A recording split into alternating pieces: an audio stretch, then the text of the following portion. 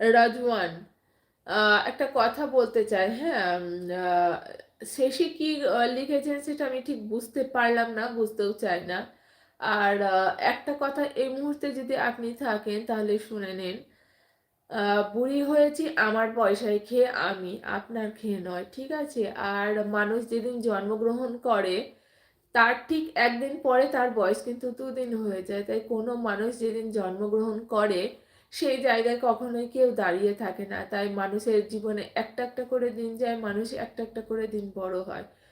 আর মানুষ জন্মানো মানেই সে আ ছোট থেকে বড় হবে এবং বুড়ো হবে। এটাই মানে একটা ন্যাচারাল প্রসেস।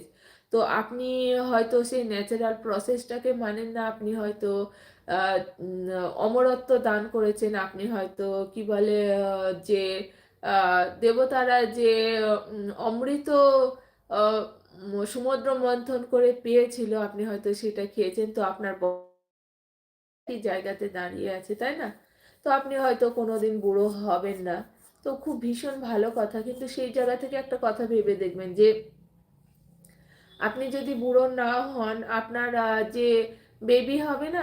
আপনি হয়তো চিরযুবক থেকে যাবেন। আপনার বেবি যে হবে সে কিন্তু একদিন বুড়ো হয়ে যাবে। আপনি কিন্তু একই